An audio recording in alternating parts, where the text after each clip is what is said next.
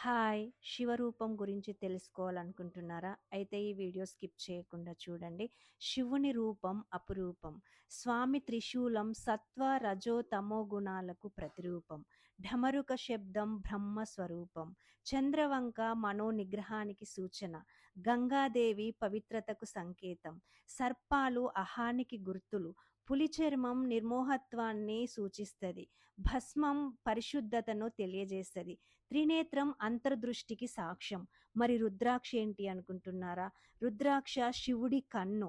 ఓసారి స్వామి ధ్యానం మధ్యలో యథాలాపంగా కళ్ళు తెరిచినప్పుడు ఆ సమయంలో 2 కళ్ళ నుంచి కొన్ని బాష్పాలు రాలి భూమి మీద పడ్డాయట.